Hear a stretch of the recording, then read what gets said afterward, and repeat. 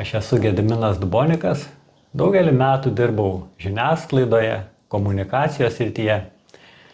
Prieš 2 metus kartu su žmona Aušra įkūrėme lyderystės kasdienybėje erdvę Bostono arbatėlė LT. Per šiuos 2 metus pakalbinome išties nemažai įdomių pašnekovų, prirašėme publikacijų, kurios pasirodė mūsų šalies žiniasklaidoje. Tačiau šios laidos turinys šiek tiek kitoks, nes joje svečiuojasi viena iš Bostono arbatėlė LT įkūrėjų Aušra. Kuo gyveni, Aušra, metų sandūroje? Sveiki, ačiū Gediminai už kvietimą ir klausimą. Man metų sandūra, kaip ir nemažai mano aplinkos žmonių, kelia prasmės klausimą. Prasmės gyvenimo ir veikloje, kodėl aš čia esu, kodėl aš darau tai, ką darau, ar tai, ką darau, man teikia džiaugsmo, ir jeigu tai, ką aš darau, ten, kur aš esu, man neteikia džiaugsmo, nesuteikia pilnatvės, ką turėčiau daryti, kad būtų kitaip. Taigi aš pati prieš eilę metų esu atradusi mokslininkų Morris ir Lips virsmą prasmės žemėlapį. Tai juo dalyjuosi ir su patyriminių sesijų, kurias vedu dalyviais. Matau, kad jis yra be galo aktualus ir padeda ne tik tais man, bet ir padeda kitiems žmonėms. Tai pasinaudodama eteriu pasidalinsiu šito prasmės ratu. Šis ratas apima 4 dimensijas. Tai yra tarsi apskritimą perpjauna į 4 dalis.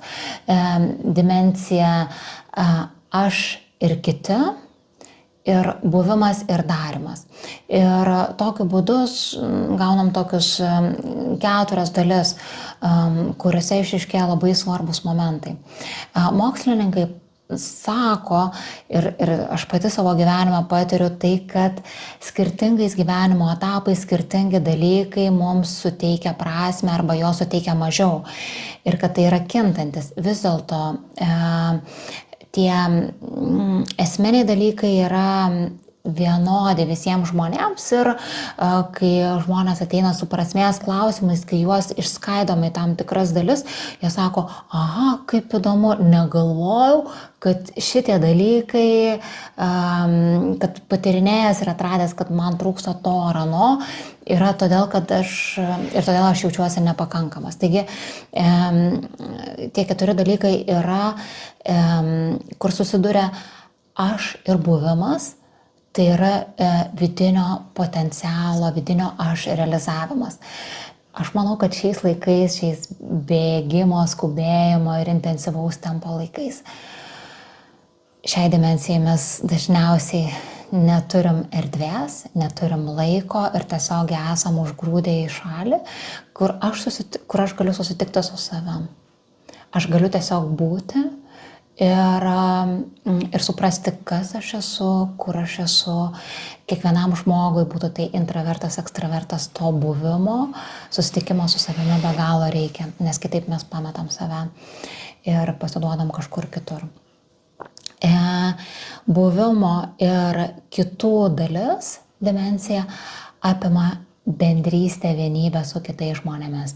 Tai kur aš esu kolektyve, kaiminystėje, draugų rate, namų aplinkoje yra labai svarbi vienybės dimensija kiekvienam žmogui be išimties. Ir jeigu toj aplinkoj yra palaikymas.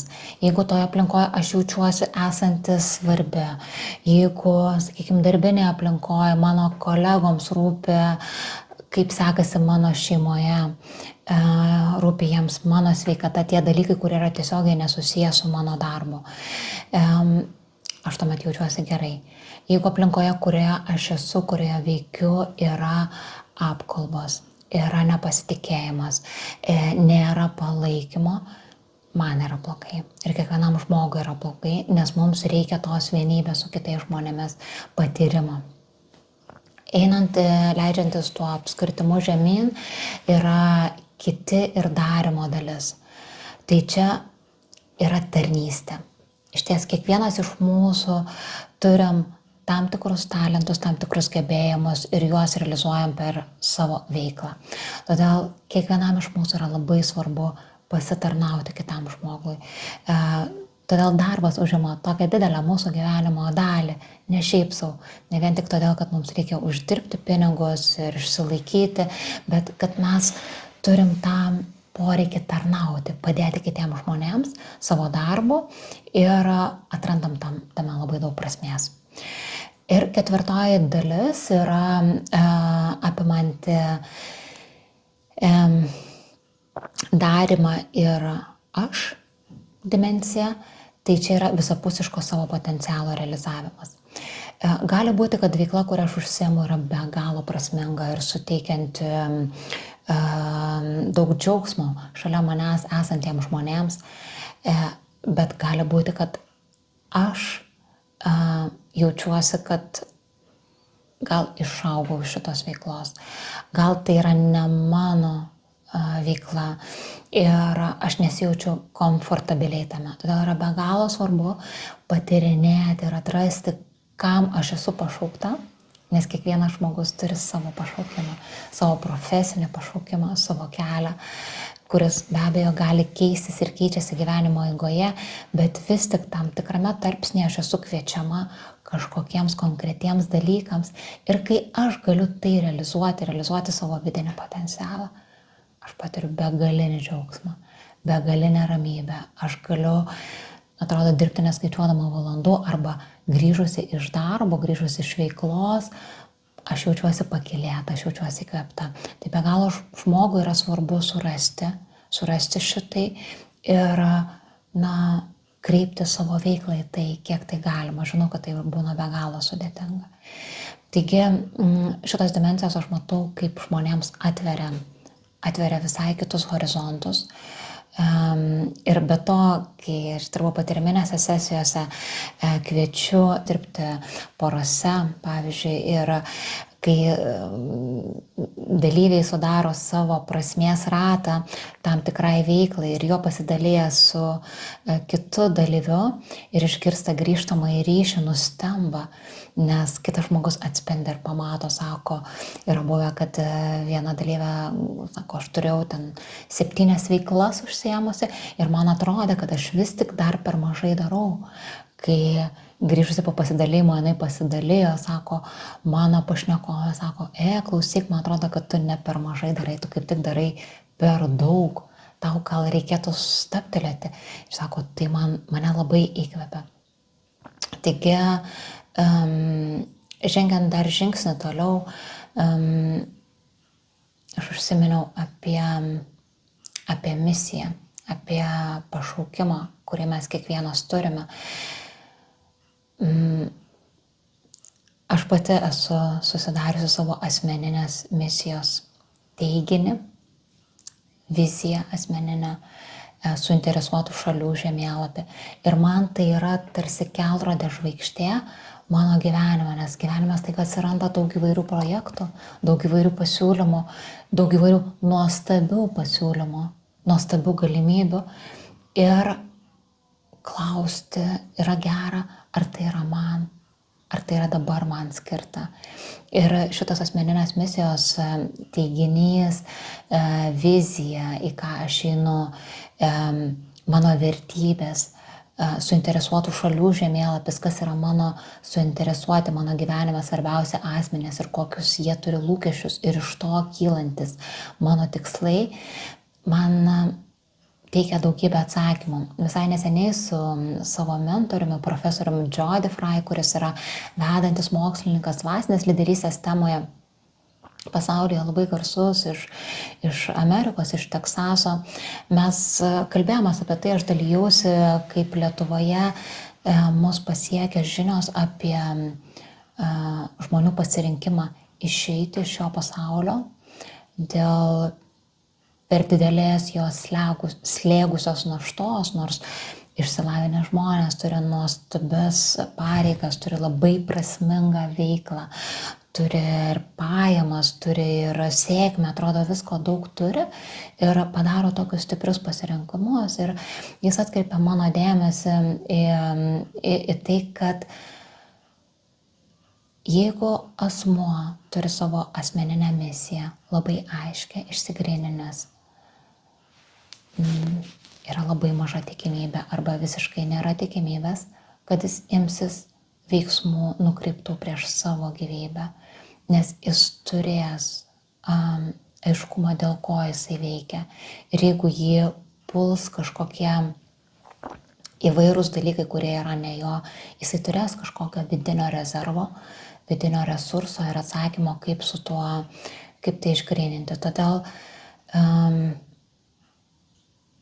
nusprendžiau ir čia šiandieną pasidalinti šią įkvepiančią mane, įkvepiančią mintim, įkvepiančią žmonių, su kuriais aš dirbu, mintimi, kaip yra svarbus prasmės ieškojimas savo asmeninėme gyvenime, savo veikloje ir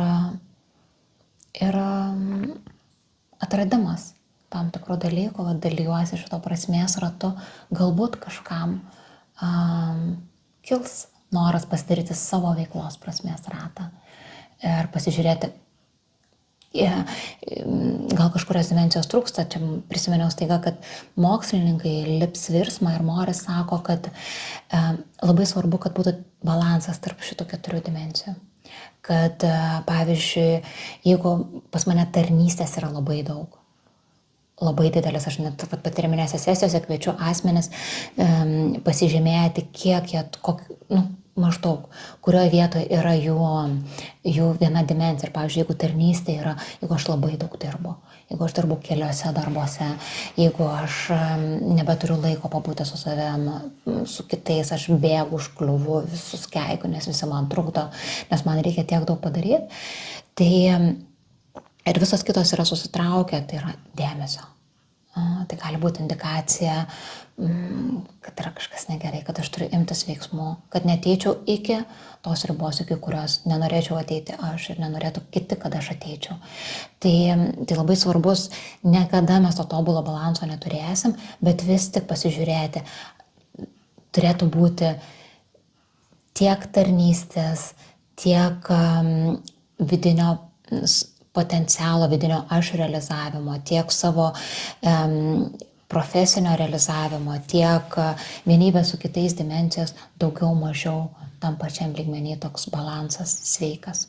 Tada natūraliai gyvenime bus džiaugsmo, bus ramybės, bus pasitenkinimo